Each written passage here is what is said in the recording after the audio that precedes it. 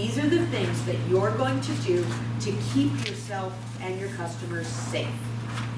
The thing you want to do is assess your risks. That means looking at every step in your process and determining what the risk factors are at each step. And to do this, you need to know what a risk is, and that's why we're going to go through some of these. If you don't know or you have questions, please call me. Please call my counterpart, Keith Knudsen. We're both up at Dakota College. We can help. Or your local health district folks, or your local health folks, or the state. Or research the process and learn about farm food safety risks. Make sure if you're researching them on the internet that you are using credible and reliable sources. I've seen some stuff come through, man. Okay, then make a list of those possible risks. You can identify and reduce the risks all by yourself. Every farm is unique. What happens on your farm is different than what happens on yours. And whether your farm is your backyard because you're an urban farmer and you're growing it in your backyard, or you have hundreds of acres, everyone is unique. And each commodity is different. Tomatoes are different than cucumbers and different than strawberries. So the person that knows the risks and how to negate those risks the best is you. Implementing good practices means writing procedures for safety. A written procedure for safety is called a standard operating procedure. All you do is combine those procedures into a document, and you now have a food safety plan. It doesn't have to be time consuming or complicated. I know, believe me, I know. You can go online and you search farm food safety plan and they come up with these 60-page documents, and oh my gosh, I'm never going to be able to do this. It's like writing a business plan, for Christ's sake. But it can be very simple. You just need to write down what works for you. The first part, after you have assessed your risks and you've written it down, the next thing you want to do is monitor it. Monitoring is performed on a schedule. And here's an example. At our place, we assessed our risks, we wrote our plan, and as a part of that we have checklists. One of the checklists, which honestly, my checklist is 4 pages long. And it sounds really terrible, right? But it's not. Because that checklist is the checklist for cleaning our wash pack room, where we wash our herbs and we package them, okay? And that checklist has gotten to be such a routine for my husband and I. We harvest every Monday evening and Tuesday. So every Sunday during the season, he and I go in there and we start our little process, right? And as we conclude things, we check them off the checklist. And sometimes it's as simple as empty the garbage, sweep the floor, mop it if necessary. Then while I'm running the wash, rinse, sanitize sinks, right?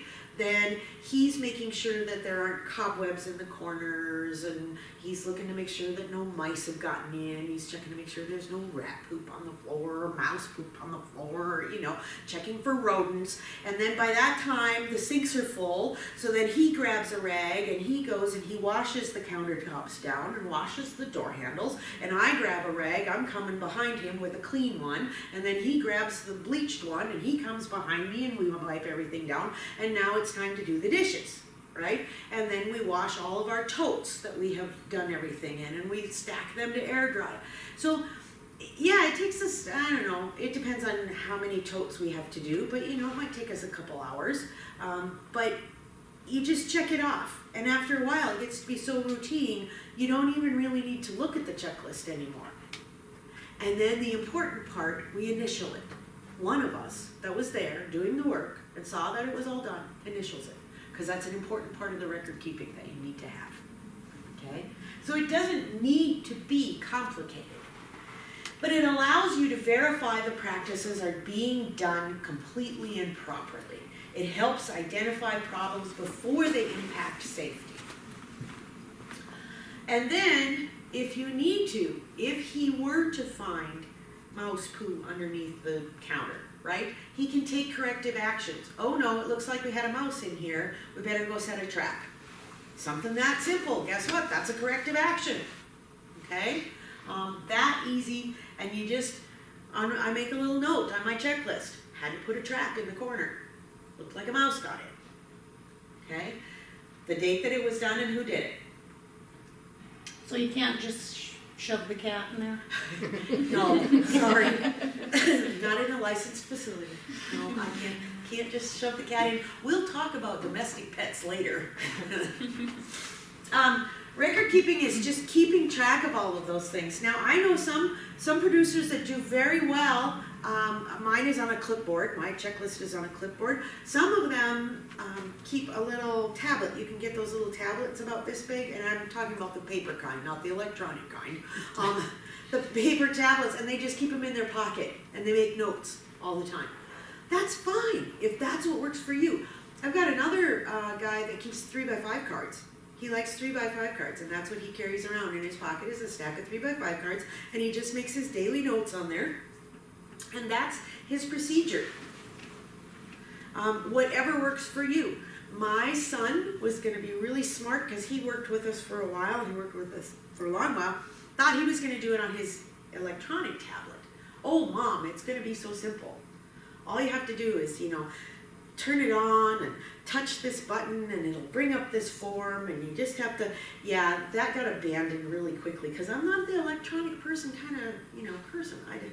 I still have a slide flip phone, okay? Yeah, it ain't happening. But for him, now that he has his own operation, that is how he keeps his records. And that's what really works for him. So my point is, do what works for you. There's nothing out there that says it needs to be electronic or it needs to be this way or that way.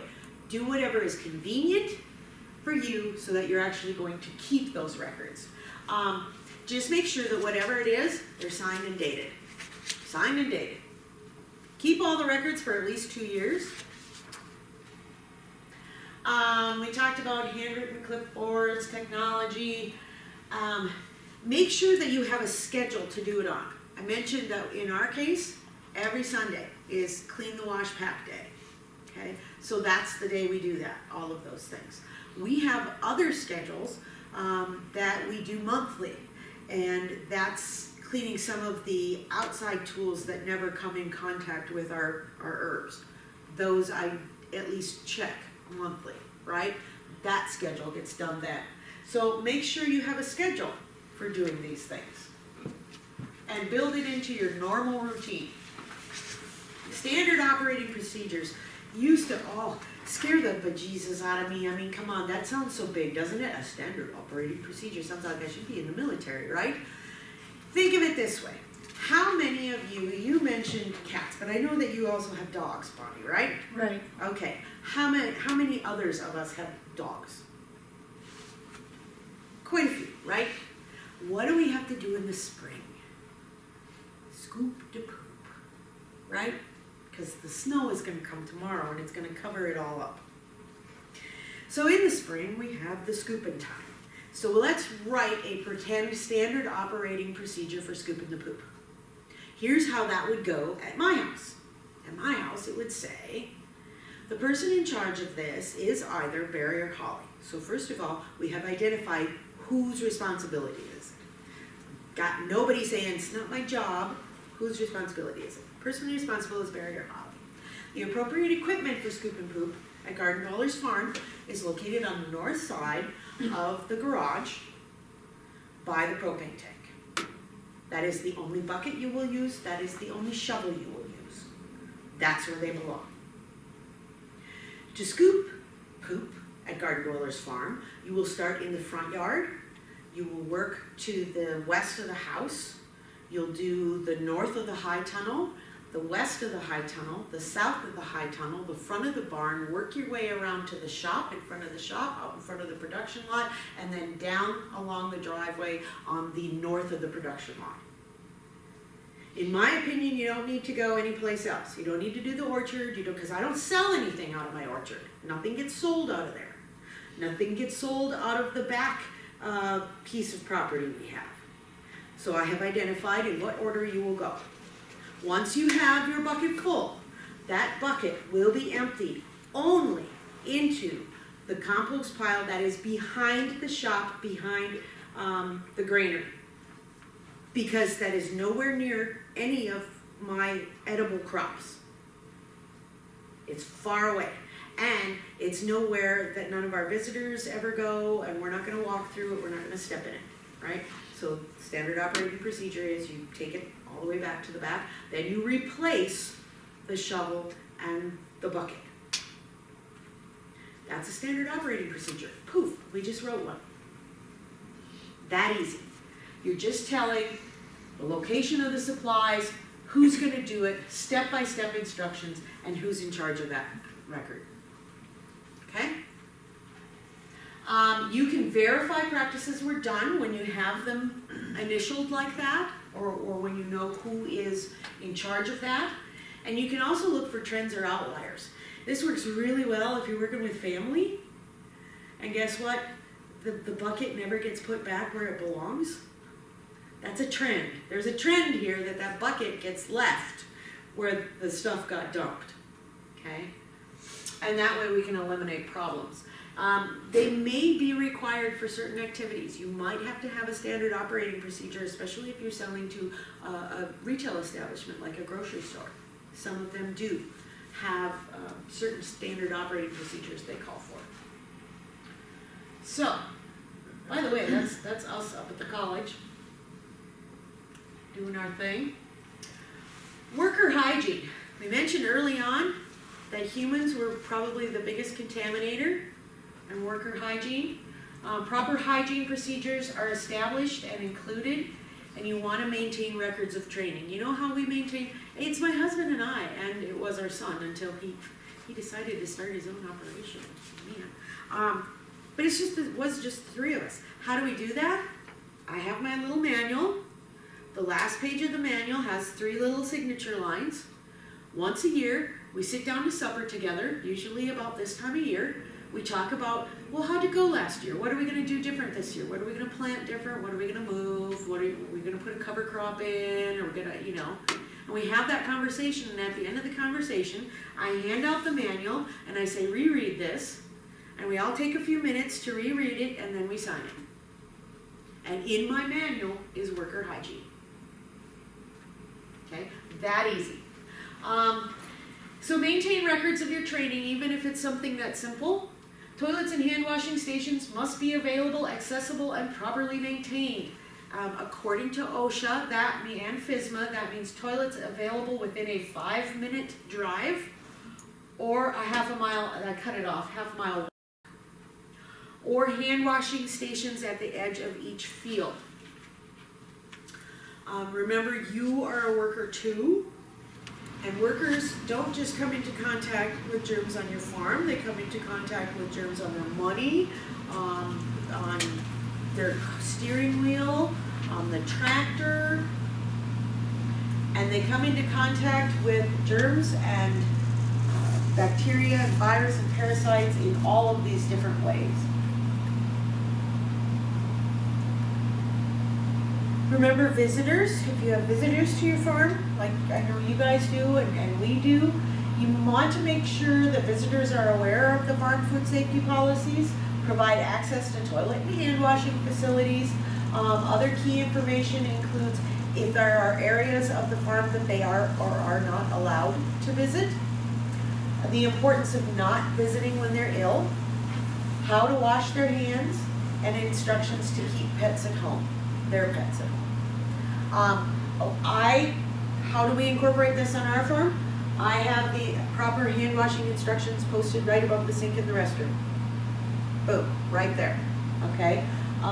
If I know that there is a class coming, if I know there's a person in charge of bringing that class, I make sure I inform them, here's what ill looks like, do not bring anyone who's ill.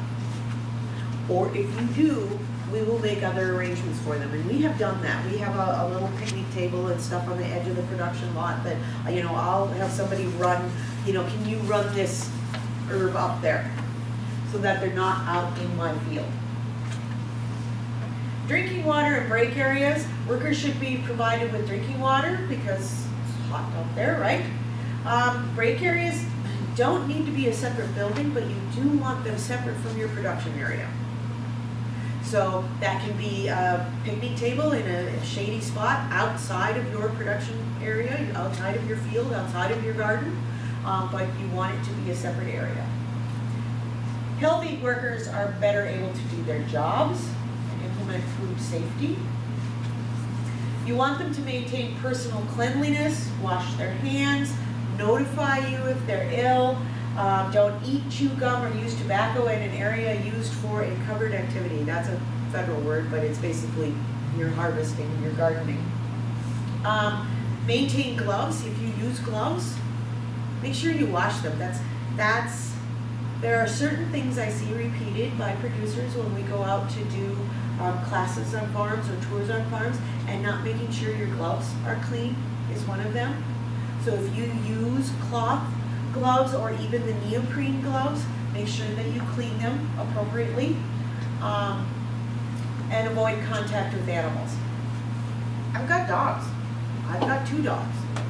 But on harvest day, the small dog must stay in the house. She's not allowed outside. And our outside dog, who is a working dog, she has a job to do. Her job is to keep all the animals out of my production lot.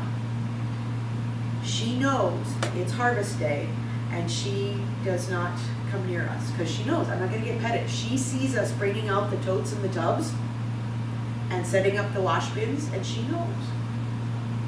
And it's like, okay, I'm not going to get petted today.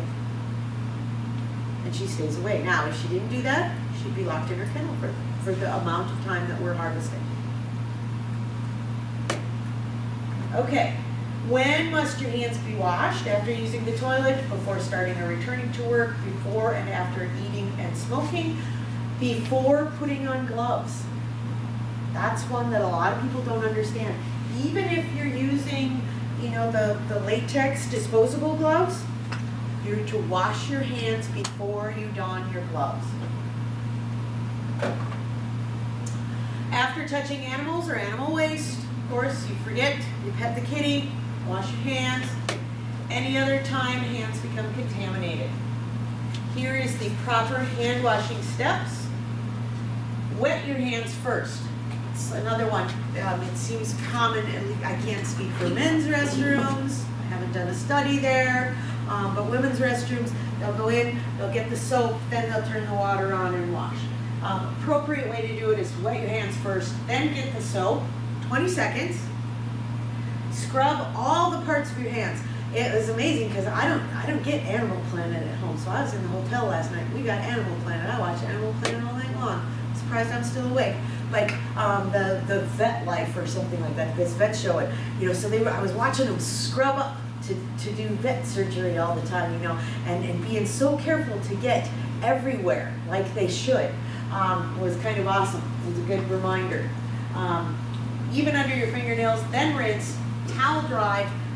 Key here, paper towels. Even if you are using your home restroom as the restroom where you're doing or your kitchen sink, put a roll of paper towels there for harvest day or for when you're working with your product, okay? And then turn off the tap with the paper towel. So, 3 volunteers. We need 3 volunteers. Oh, come on. I know, Bonnie. You love me. Come on. I need 2 more. Oh, jeez. Come on, now. You've been elected. You've been elected. Okay. What Okay. happens if you use you have those anti-things? hand wash Good things? question. We have them sitting around here all over the place. I just put one on the floor up there. The Purell right there.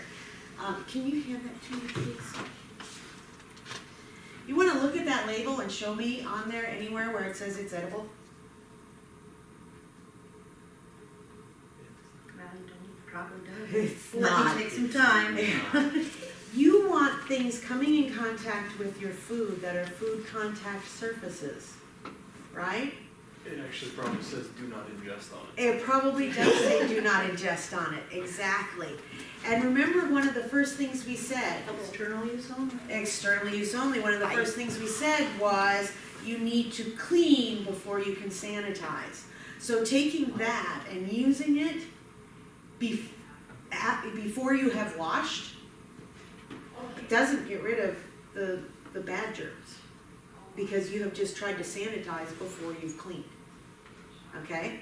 Alright, little lotion. All of our hands are winter dry anyway. Go ahead, rub it in, rub it all over. And then, what we're gonna have you do is we're gonna have you go to the restroom and wash your hands. Bonnie, wash for 5 seconds. April, wash for 10. And Beth for 20.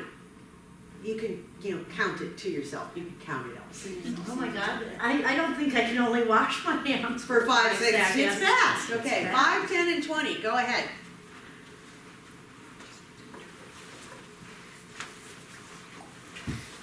It's fun when I do this because people know what I'm up to, so they may use that 5 seconds really well,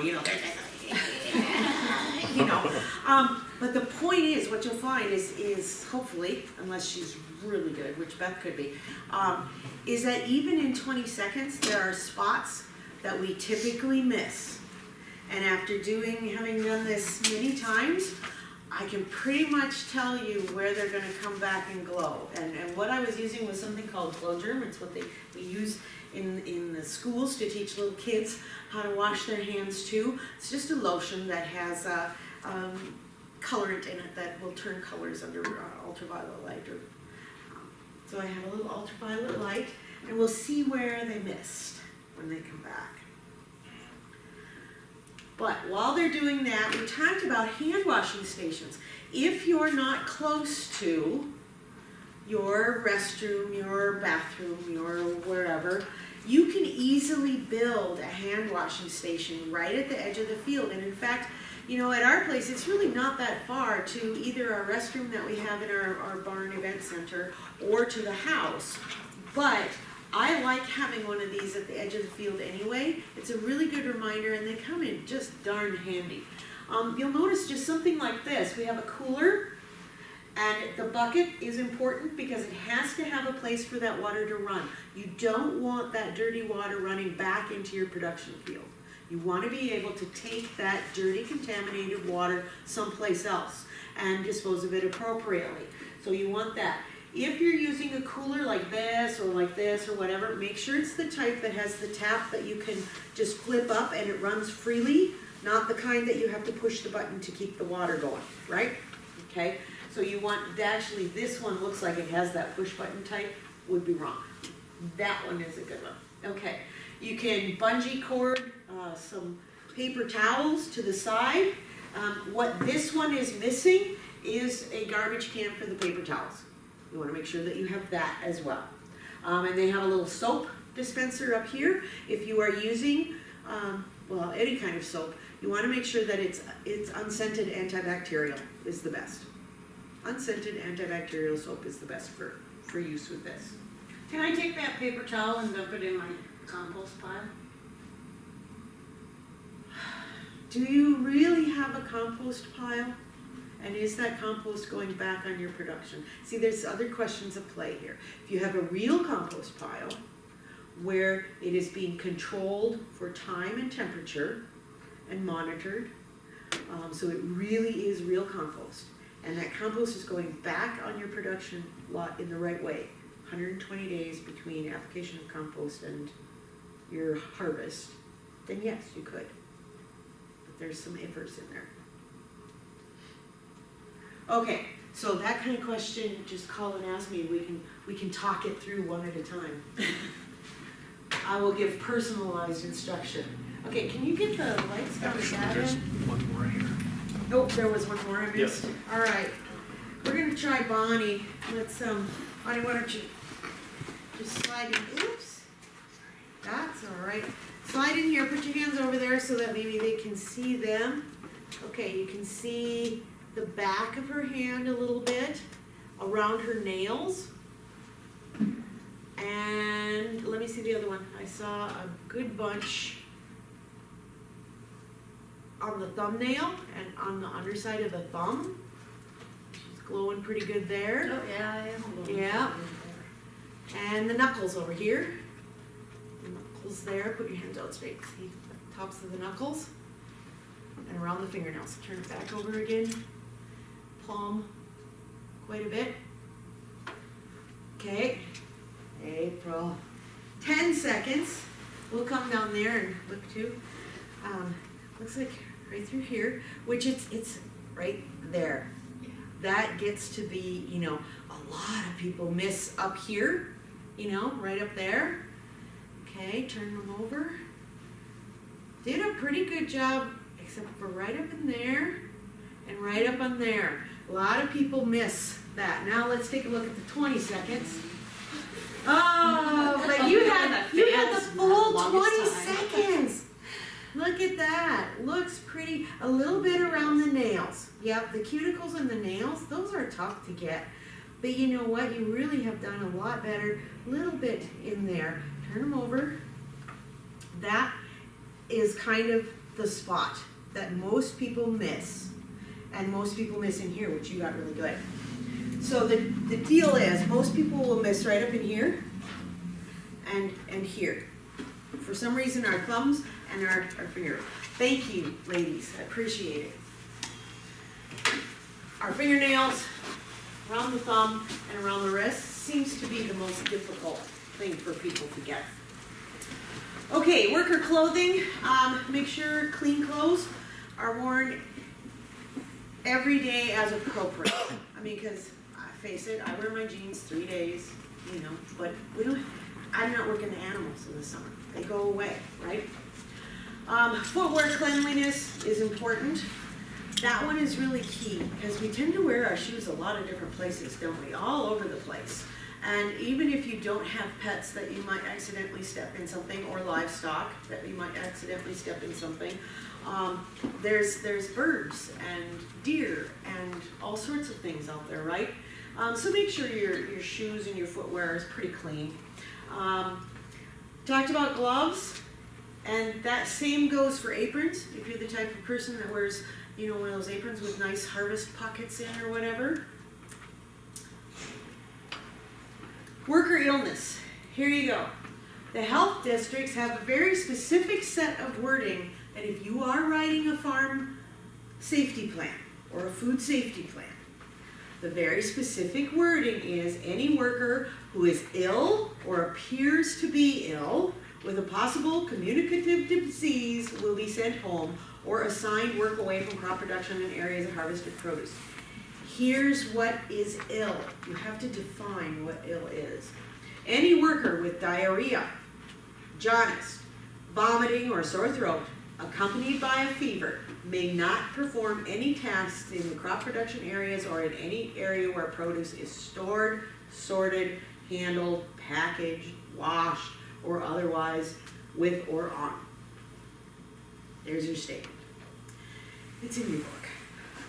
So if you're writing a farm food safety plan, you want to make sure that you outline that, because that's kind of the Pepto-Bismol commercial definition of ill.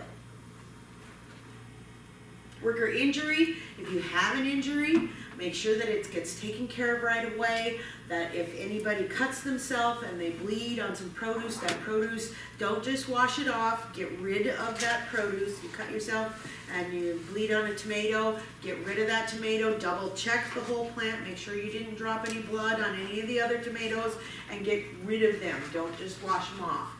Make sure that you clean and bandage all wounds, discard the bandages that you used to clean things up with, and clean and sanitize any items that came in contact with that.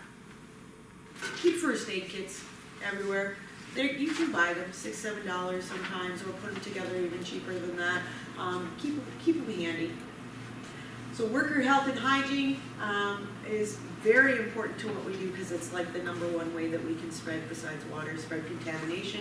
Make sure that everybody that's involved in growing and collecting produce knows the rules, and make sure that visitors are aware of your process as well. Make sure that you write things down and incorporate that into your schedule. So, water, good, because we need to get to water. Contaminated water is the most rapid method of contaminating produce. Water spreads contamination like, that's the ultimate bad movie, isn't it? When the bad guys want to put the bad things in our water and contaminate our water supply. Because we use so much of it. We use it to water the crops. We use it to fertilize the crops. We use it to wash the crops. We use it as ice to keep the crops cool. We use it to wash our hands and our clothes. Here's, depending on your source of water supply, here is the amount of risk that you are putting yourself and your crop under. If you're using a public water supply, you're hooked up to rural water or city water, it's relatively low risk. And we don't worry about that too much, okay? If you're using groundwater, now groundwater meaning a well, you have a well pit, you've got a closed well, it's in the ground. Now you're kind of in the middle ground. Highest risk would be surface water. That's where you're pumping out of a pond, you're pumping out of the river, you're pumping out of a lake, okay? Or you have a holding pond that is above water. That's the highest risk. So, surface water, when should you be testing? Surface water, you want to test 3 times during the season. Get your water tested. Earlier in the session, we talked about potable water. It's drinkable water, it means it's safe, it's clean for human consumption.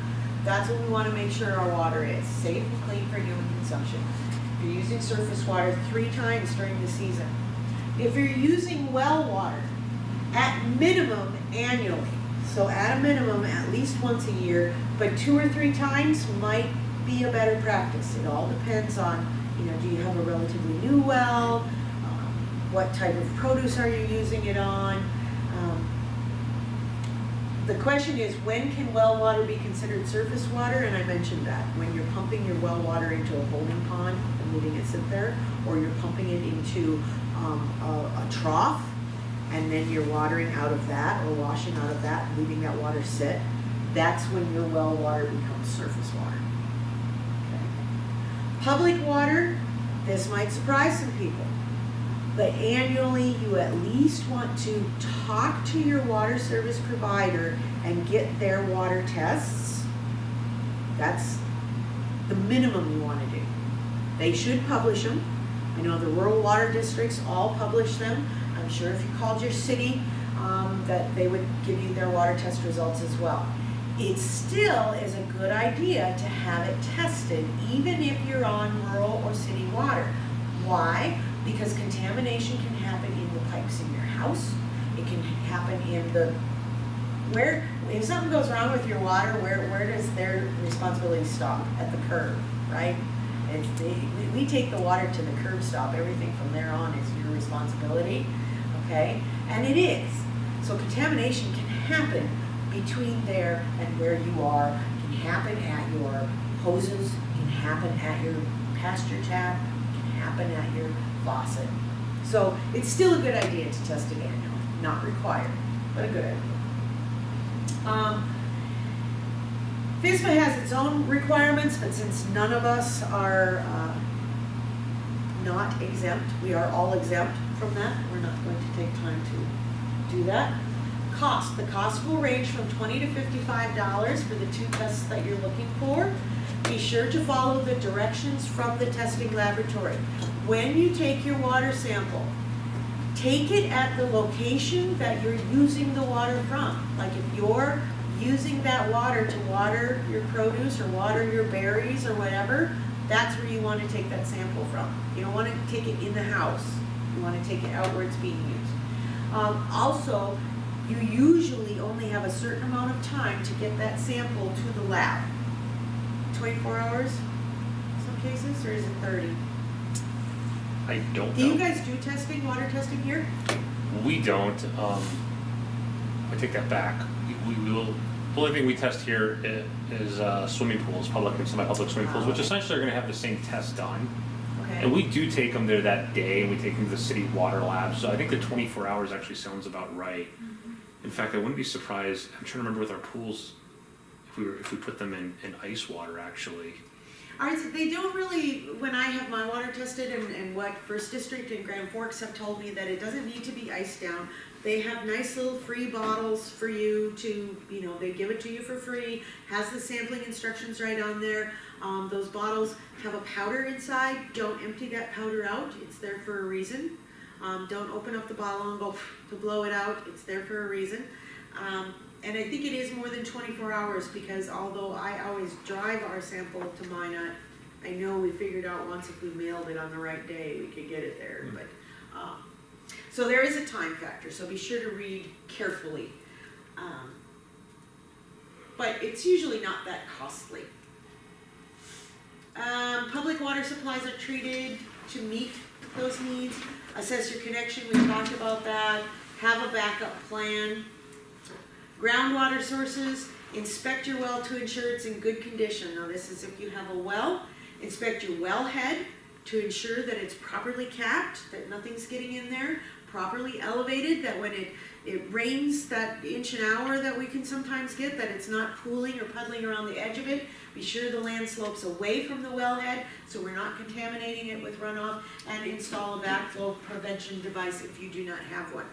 I'm going to tell you my water story. My water story is this. I've got my test results right here, and if somebody is curious as to what a water test result looks like, I have several years here, right? We test our water every year. And came up to the first harvest of the season. We have our water tested in Minot. We deliver to Minot once a week, so I thought, I'll send the water test with my husband when he does our first delivery. We should be good. We've tested it every year for the last 8 years. It's fine, right? Got a call that afternoon after he dropped off deliveries. You have E. coli. I called him on the cell phone, said, turn your butt around, go right back to Minot, collect everything you just dropped off. And he's like, why? I said, because we have E. coli in the well. And what really got me was, I drink 5 of these. I refill my bottles or have my own water bottle. I drink 5 of these every day from our well. I was not sick in the least, right? But we had E. coli. We never would have known it if I hadn't have tested the well. We never would have known. And who knows? That could have made somebody ill, especially since we sell those leafy greens, that 25% of the, right? Okay? So we pulled everything off the shelf, we had to bleach the well, we had to wait 24 hours, we had to run all the bleach out, we had to have it tested again, we tested it again, it came back good, and we were good to go. We did harvest it again, packaged, delivered, we were good. But nothing gets your heart stirred like something like that. Okay, corrective measures, and that's what I just talked about. There are corrective measures that can be taken if your well water comes back contaminated. What you want to do is consult your professionals right here, because they can take a look at the test results and tell you what kind of contamination is there and what can be done to fix that, what corrective action can be taken, okay? After your corrective action is taken, you always want to retest to confirm that the changes were effective. Your record keeping, that's my record keeping right here. Every year when I get my water tested, I keep my test results all the time, okay? And when I took the corrective measures, I wrote that on the back of it. Is that here's what we did, exactly, and I signed it. I don't think we'll go into that, but let's just suffice it to say that the more water that comes in contact with your product, the more risk you have. So in other words, if you are using underground trickle tape like this, the water, and you're doing it on tomatoes or something where the fruit is up here, the water is not contacting the edible portion, so your risk of contaminating via that water is very low. Where if you are overhead irrigating like this, your risk of contamination is very high. And I'm not saying don't do it. I'm just saying we really need to understand where the risk is, what level of risk you're at. Okay. We also use water after we harvest things to wash them, right? Because our consumers like to see it like the grocery store. They like those carrots nice and clean, and they like those tomatoes nice and shiny, and they don't like any dirt on the cucumbers, right? So we can't eliminate every risk in the field, so we do some washing. And there are lots of uses for water during that. Rinsing, washing, cooling, hand washing, cleaning, sanitizing. There's a lot of water used there. The quality of the water at the start is going to be determined by the pH, the temperature, and the turbidity. So now you've already done your sampling. You know there's no detectable generic E. coli in there. pH, I don't worry about too much because we kind of take care of that in the next step, which I'll talk about. Temperature, the one thing to think about is if you have produce that has field heat, you went out and you picked your squash and it was an 80, 90 degree day and those squash are dark green and they soaked up that sun all day. And you now plunge that into really cold water to wash it off because you have a well, like me, and when the water comes out of the well, it's really cold, right? Okay, what does that do? What it does is that squash, the pores on that squash just suck that water in and then close. So if that water is contaminated, you have just taken all of that into that produce. So it's important to make sure that, you know, the best way to do it really is to have your water temperature only about 10 degrees off of the temperature of your produce. Because then that doesn't happen as much. And turbidity, that's, how dirty is it? We're not going to talk about pH at the moment. We are going to talk about sanitizer. Because we use sanitizer on our tools and equipment. We use sanitizer sometimes. Some places require you to use sanitizer on your produce itself. And we use it on our equipment. So, using sanitizer in your packets, you have two things about using chlorine. I have them in there because chlorine bleach is the #1 sanitizer used because it's the cheapest and the most readily available.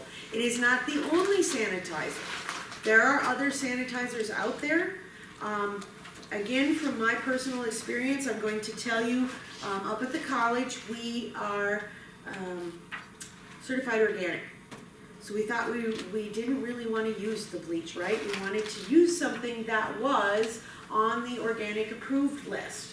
So we ordered Sanidate, which is on the organic approved list. But we also had some bleach there because we were using it for bleaching some tools in another part of the area, right? Something came along and tipped over both containers. The Sanidate ate through my concrete floor, and the bleach did not. I stopped using Sanidate that day. Okay, so just because they're organic approved or whatever doesn't mean they're any safer or any less toxic. Okay, so I included these in there. They have guidelines on the green one, wash water chlorine disinfection, has guidelines if you're going to use chlorinated water to wash your vegetables. It has some guidelines as to what levels. Okay. The other one talks about chlorine concentrations as well, and has some recommendations for how the chlorine should work.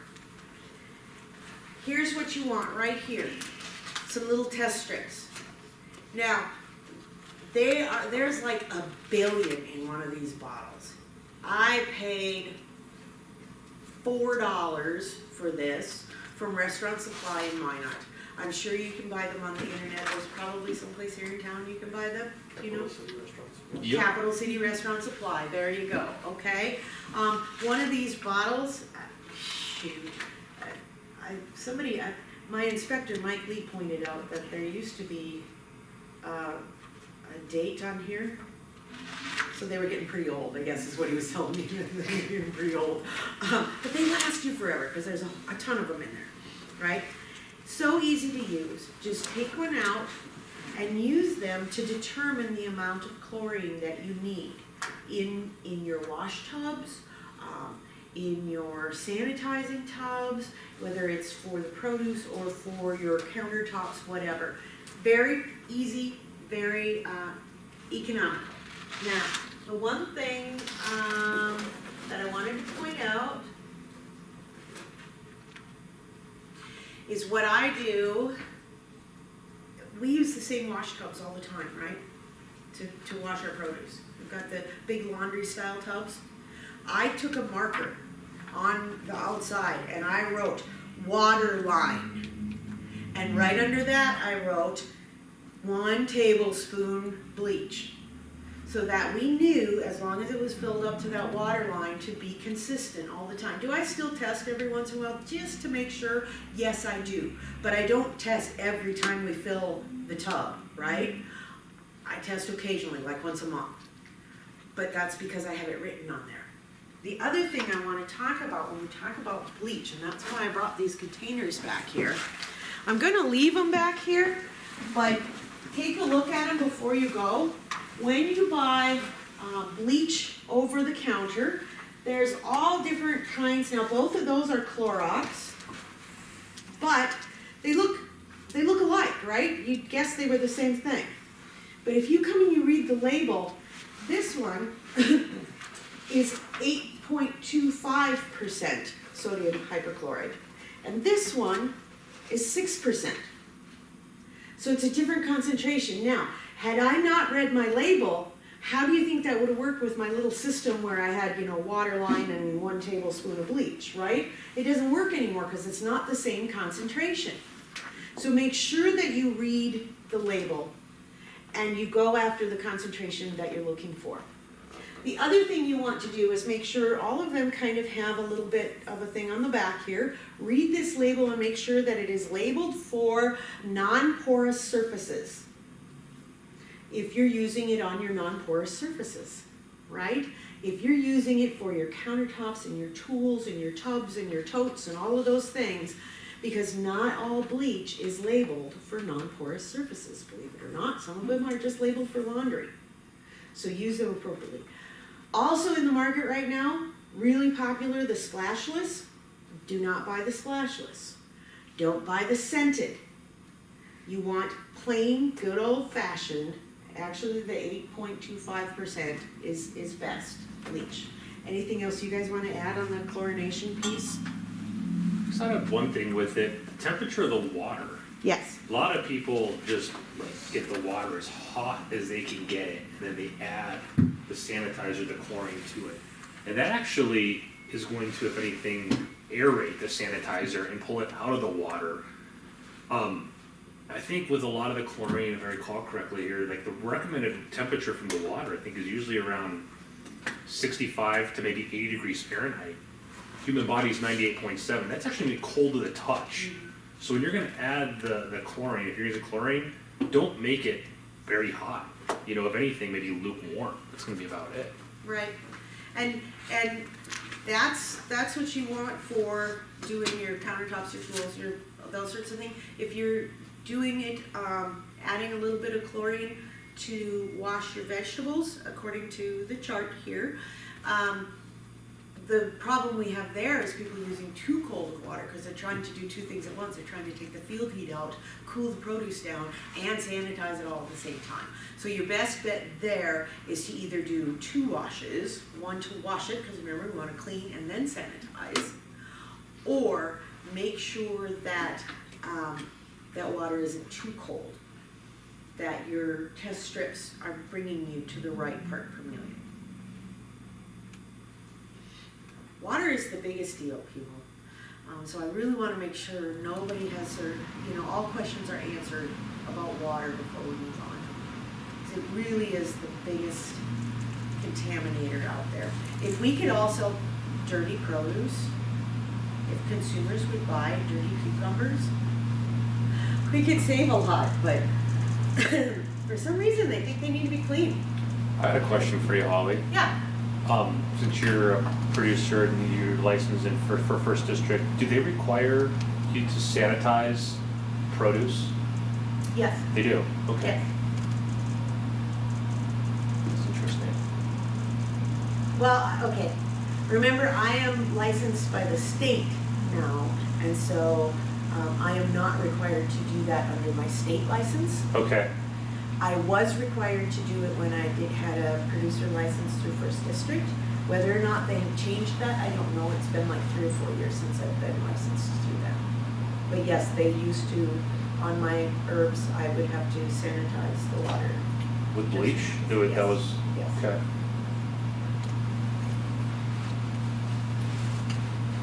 You can find, here's an Ultra Clorox brand, regular bleach, that actually says for fruit and vegetable washing. I've had a hard time finding that, but I'm guessing they would have something similar at the Capital City Restaurant Supply, if you choose to do that.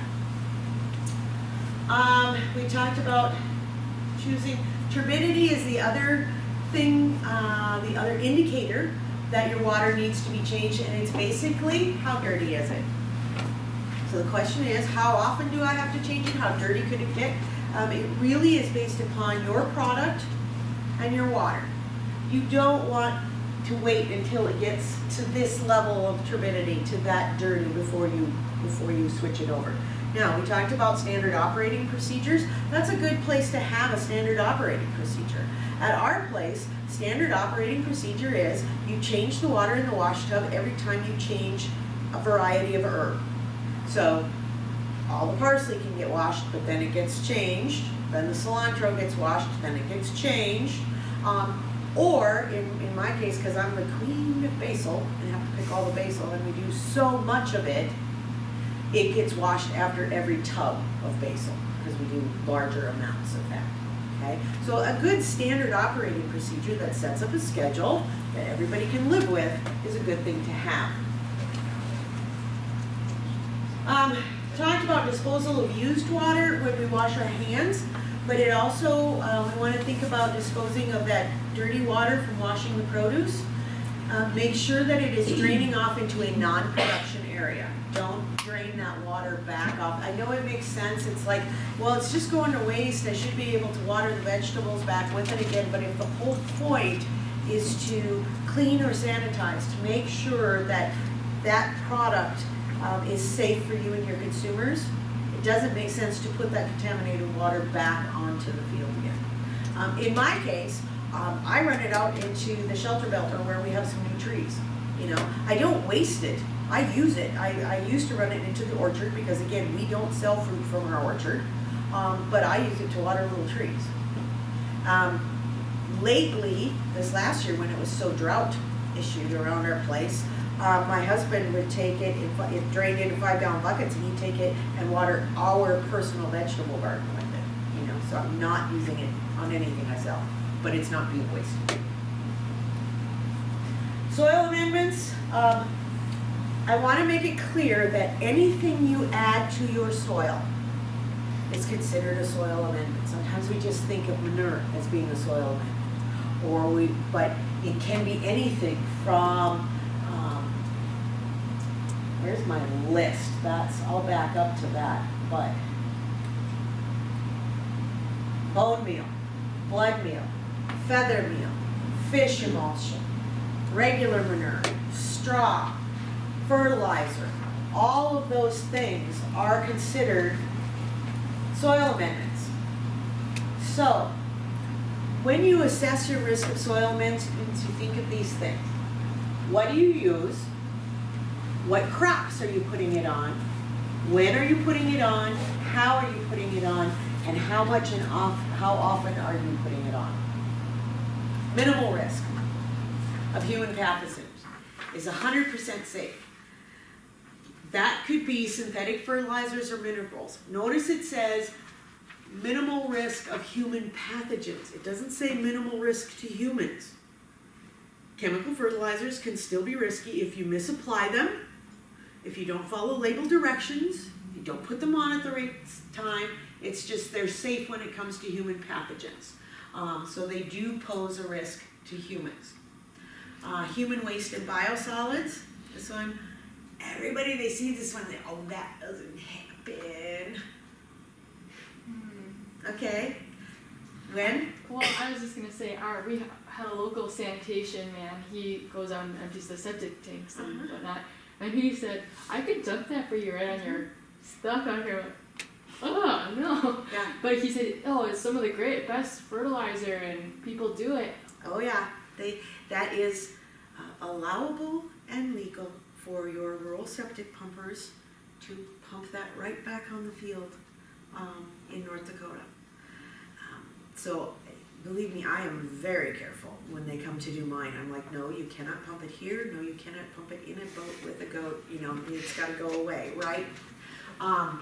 The other way is there is a fertilizer out there called Milorganite.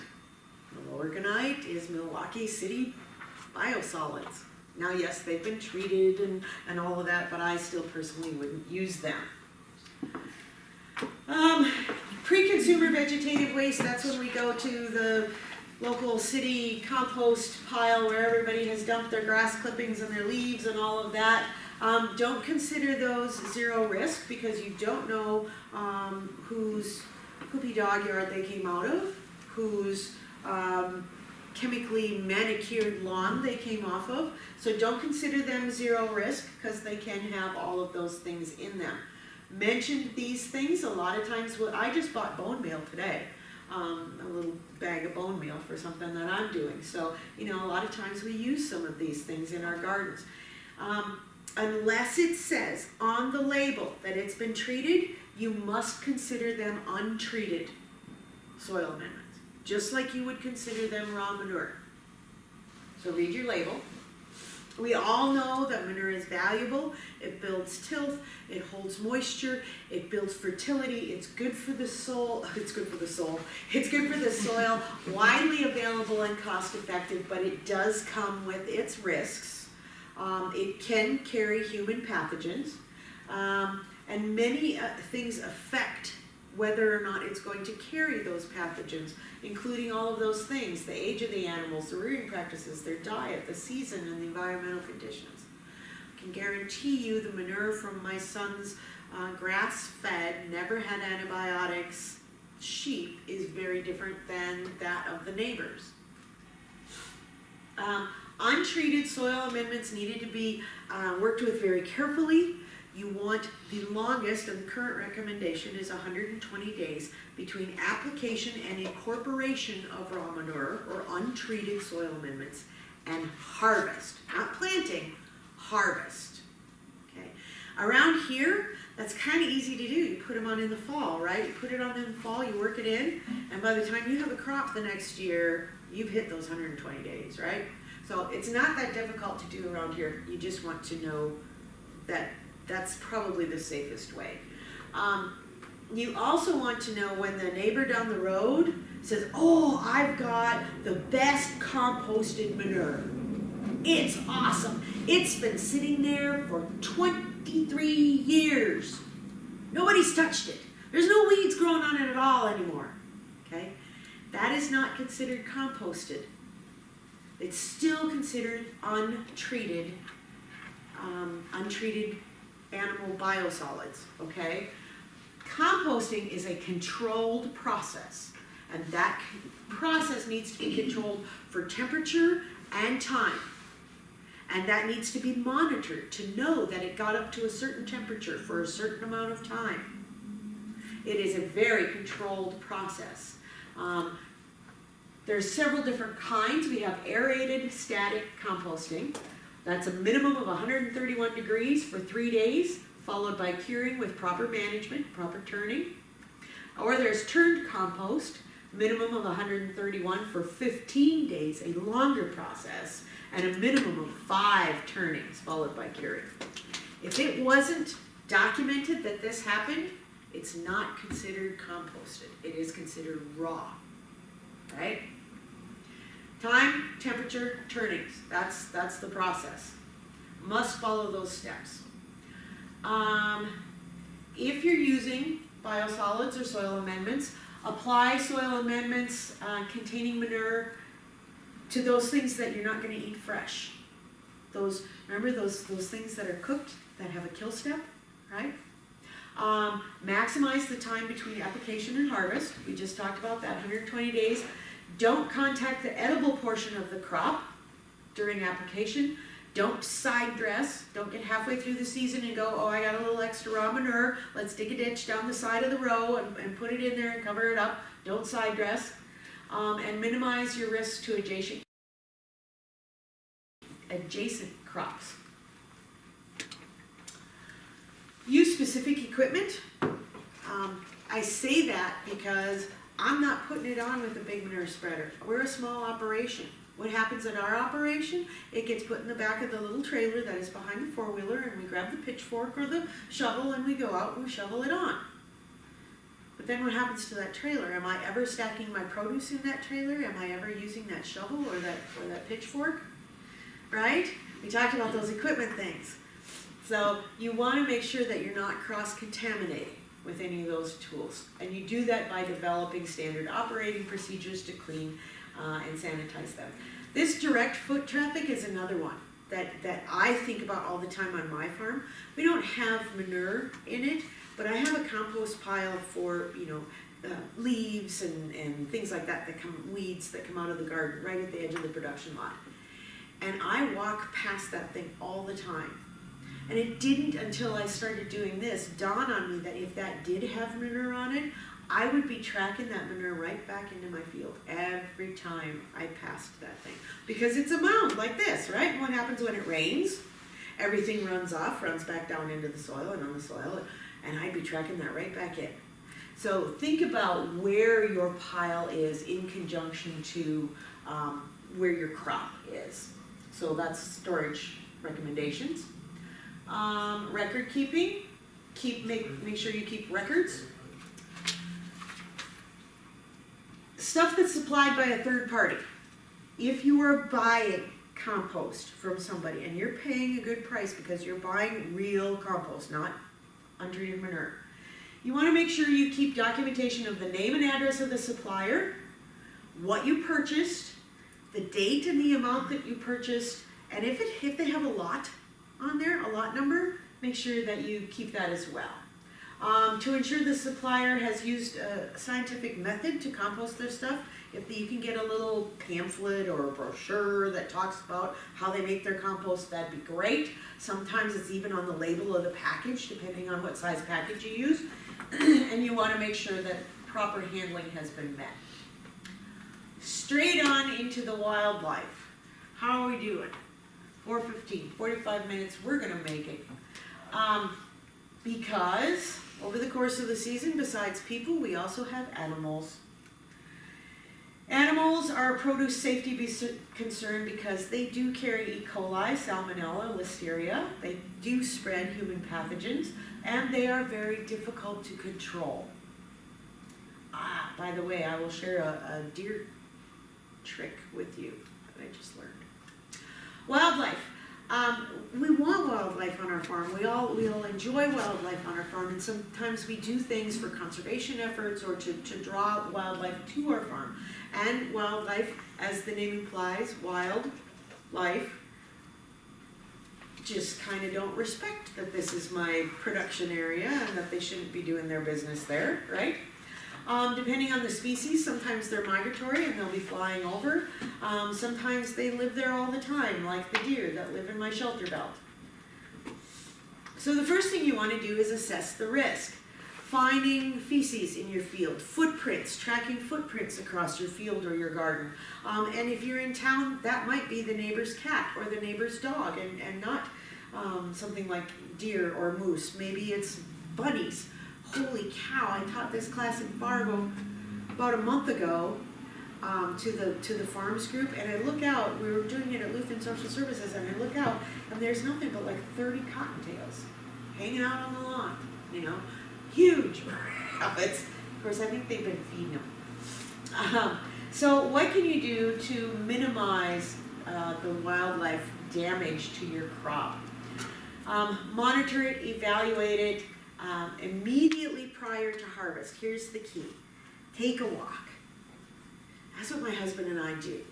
Like I said, we harvest Monday nights and Tuesday mornings on 2 different areas. I'm in the high tunnel Monday nights, we're in the field Tuesday mornings. Tuesday morning, we both go out, get up bright and early, and go out before he starts making phone calls to the customers, and we take a walk through the field.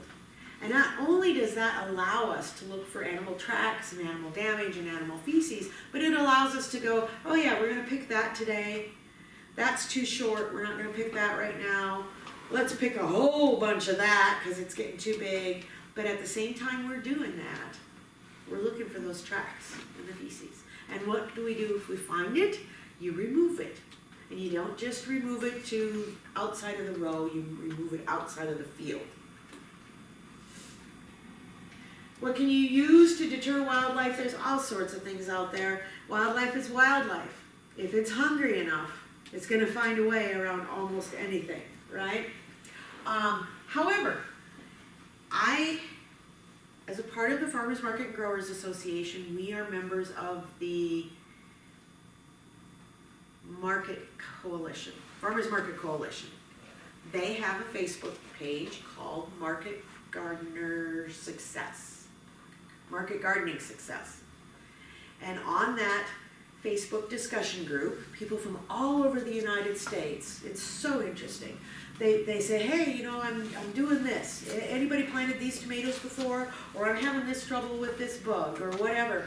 And it's all market gardeners that talk about selling and producing, okay? Market Gardening Success. It's awesome. Somebody came on there the other day and they said, here is the way to get rid of deer. Now, I haven't tried it, so I don't know. They said, you must follow this exactly. And here was their exact directions. Go out and buy yourself T-posts, like fence post T-posts, right? That have the little hooks on them. They didn't specify whether they needed to be metal or plastic or whatever, but they said they were using 6-footers. They had done 5-footers, so something kind of tall. Go ahead, put it in the ground about a foot. So you can go anywhere from 4 to 5 foot high. Place them 10 to 20 feet apart, no closer. Buy 30-pound monofilament clear fishing line. 30-pound monofilament clear fishing line. Start that fishing line at the first pole. Go to the next one, wrap it around 3 or 4 times and tie it.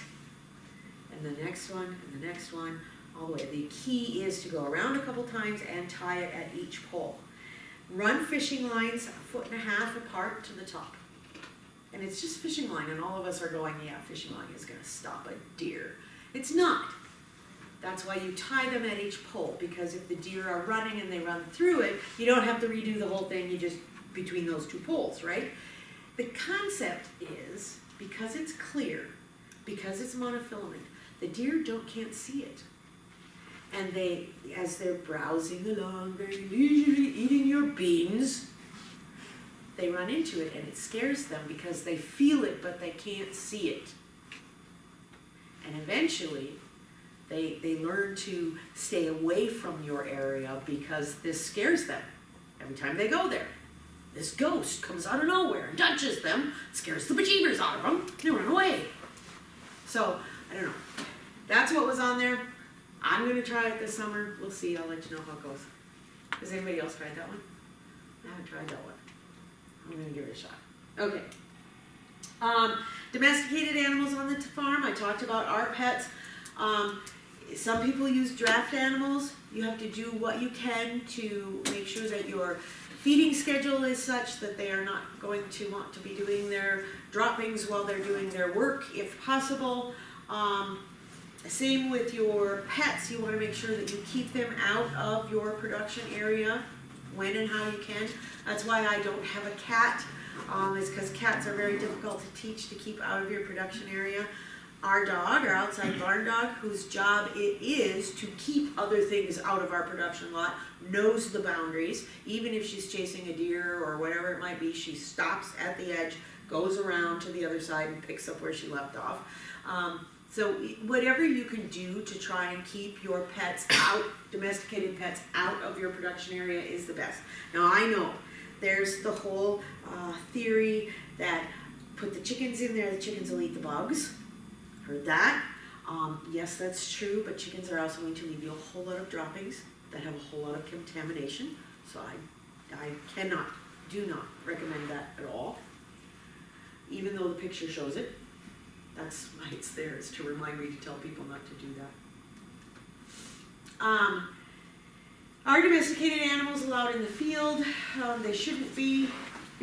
Cross-contamination, we talked about that. Oh, production fields rotated into grazing land. We do that at our place, right? We have, our production area is about 3 times larger than it needs to be.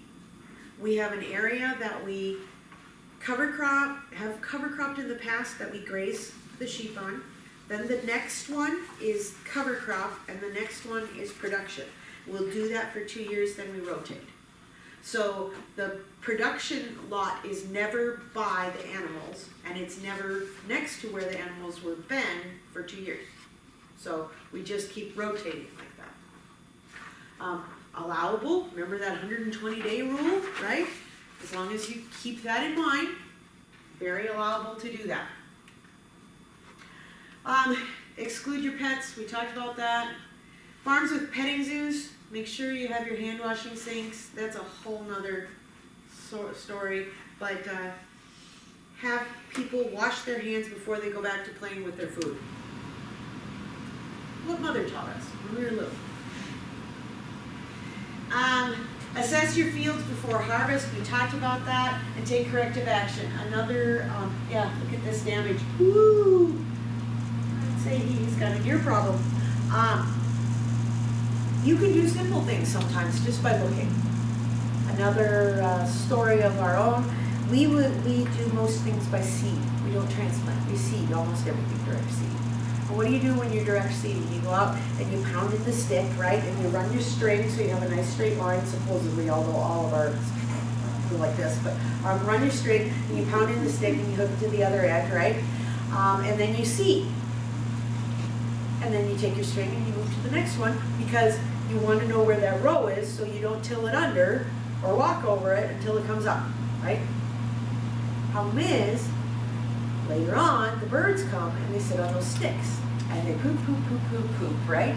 Yep, they sit on the stick at each end of the row and they poop like crazy, and now it's all contaminated and I have to back up my rows by pulling out some plants because they're herbs because they're contaminated. So I don't use sticks anymore. But the only reason I'm telling you this is because it's a simple fix. And all it took was that walk, being aware of the risk, and taking that walk through the production field and looking for the risk to say, where might we have a problem with contamination? Oh, very clearly, right there. Okay, so now I mark the ends of my rows with I use the sticks, but the sticks go from row to row, and I use a rock. I put a rock at each end. That kind of has solved that problem. So we talked about corrective actions. Equipment and tools, wash, rinse, sanitize all equipment. We talked about that several times. Oh, one more thing that's on here that we haven't talked about. If you are using equipment,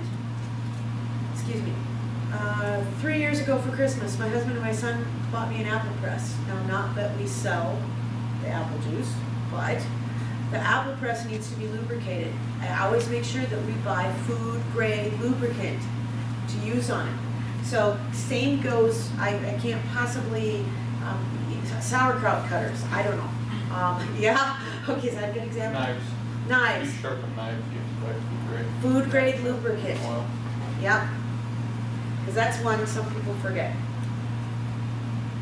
Before I go into this, speaking of things people forget, we talked about water a lot, potable water testing. One more thing you want to make sure you have is a potable water hose. I say that and people cringe because they think, oh, how much is that going to cost me? But really, a potable water hose, potable water hose, however you say it, I'm Norwegian, I say potable, is no more expensive than a regular hose.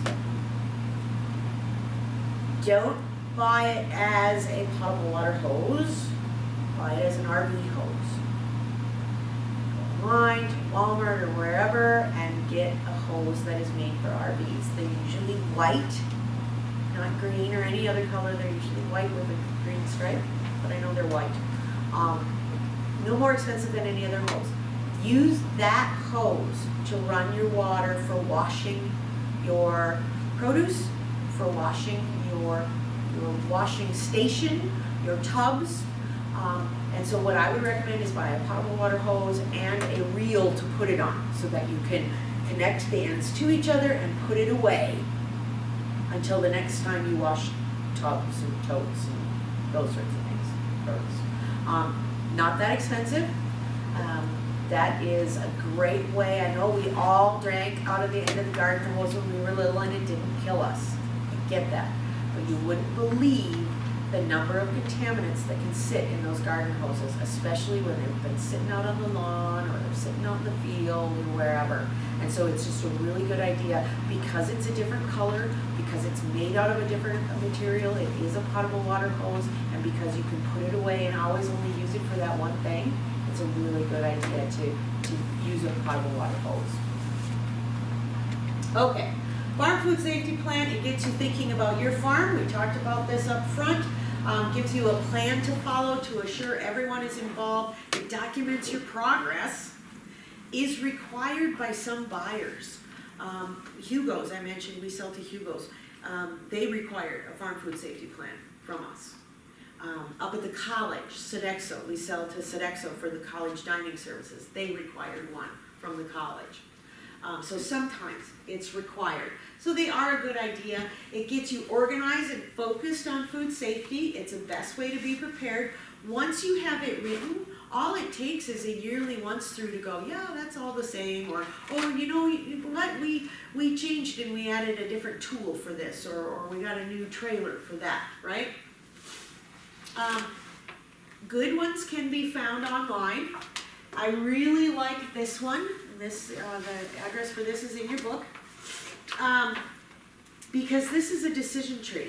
You basically, it just asks you a series of yes and no questions and helps you write it just by you asking yes and no questions. Yes, eventually you do have to write a little paragraph, but it helps you pick out what should be in your plan so you've covered all of your bases. Looks very similar to this. Do you hire any workers? Nope. Okay, so you come to this box and it says, if you're the only worker on your farm, you must understand the risks associated with your own actions. Please review the practices outlined in this tree to make sure you know which ones you need to follow. If it's yes, you have to have all your workers receive training when they properly wash their hands. All sorts of those things. So it's just a series of yes and no questions that really help you write your plan. Who is your person? You want to have one person designated to update the plan and make sure that it's followed. That person should have the necessary authority to make changes. Is that her or you? The necessary authority to make changes? Make sure the plan is implemented. Start your plan with your farm name or your business name if you have one, your address, and your description. What do you grow? What do you raise? What do you make? What do you bake? Name and contact information for the person in charge of the plan, and then your risk assessment. And we've been talking all day long about assessing risks. The practices or the standard, the SOPs that you're going to have to reduce those risks, and anything you're going to use to document it. I said I had checklists, right? Those are a part of our plan. You might also want to include farm maps. If you have a map of your farm, Google Maps is great for that. Any training records, your water test results, emergency contact information is always good. Supplier or buyer information, traceability and recall plans. We'll talk about them. Make sure to make it your own. You can find a lot of them online, and they will all contain stuff that does not pertain to you. Don't leave it in there if it doesn't pertain to you. Take it out. Only put things in the plan that you're actually doing, not those things that you want to do. If you're not, we all have great intentions, especially this time of year. Oh, we're gonna do all these great things, right? And then summer comes and reality kicks in and we find we don't have enough hours in the day. So only put in things that you know you're actually going to do. It doesn't need to be long and complicated. Once you have the plan, don't only use it to assess your risks, use it to market yourself and your product. tell your customers you have one. Use that as a marketing tool to say, I really care about you as my customer, and because of that, I have a food safety plan to make sure I'm doing everything I possibly can to make sure my food is safe. It's the greatest marketing tool, because believe me, if I know that somebody really is taking the time to assess the risks, I'm gonna be much more likely to buy from them, whether it's at a farmer's market or a grocery store. Because the thing to remember is your customers, we talk about in the cottage food law, informed end consumer, right? They can't see your place unless they come to your place. But if they're at the farmer's market, or they're at a booth, or they're at a stand, and they just have this, or somebody gave them that jar of jelly, they don't know where it was cooked, or how it was cooked, or how it was raised, or what animals ran through the field, right? They're relying on you to produce a safe product. So we really have to do everything we can to ensure that that's the case. So one of the things we can do is let them know. Make them informed end consumers. Tell them, we have a farm food safety plan, and we follow it. This is what we do to ensure that our stuff is safe for you to eat. So, good idea to have. If you want to write one, whatever, let me know. Keith and I are certainly willing to help anyone that wants help with that, but there is a lot of guidance on the internet. I have a very short, it looks like 2 pages, but that's only because it wouldn't fit all on one question. It is 2 pages, yeah, I know it is. A little post survey, so I can keep doing things like this. I gotta keep a job, buddy. Holly, can I ask the lubricant, the food grade or lubricant, what's the brand or what kind? You can get them at the Capitals, the restaurant supply stores, or online, and it kind of depends on what it is that you're lubricating. Some of them are an actual grease, and some of them are a spray-on silicone sort of thing. So it depends on what were you thinking of? Oh, I was thinking like if we had some sort of press or like an apple core slicer thing. Any recommendations? I don't know of any. I think a lot of them though are like soy based or even like mineral based. Yeah, a lot of when you need an oil, like liquid oil for something, they are mineral or soy based. But sometimes, like on my apple press, it's the round screw type ratchet thing, and that needs a more grease, almost like a paste. And I guess I've never looked at that to see what it's made out of. I just know I get it at the restaurant supply store. Thank you. I'm sure if you tell them what it is you're looking to lubricate, they will help you. Yeah, I mean, you can find it online. Yeah. Oh, yeah. Depending on what you're looking for. I mean, I know a guy who buys bar chain oil for his chainsaw that's food grade because he cuts round bales for his horses. He doesn't want to use petroleum based. You can find that online, so you can find anything. It's just a matter of what you're looking for.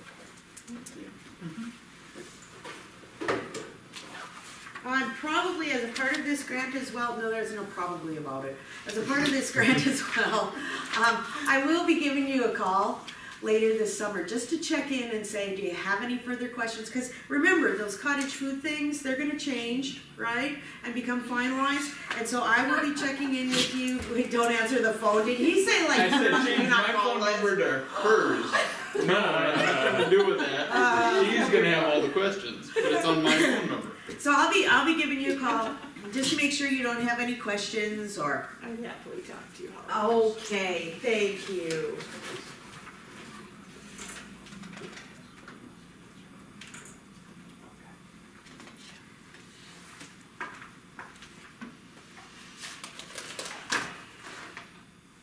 When you wash your vegetables in like the chlorine bleach, because it never occurred to me to actually put chlorine on vegetables.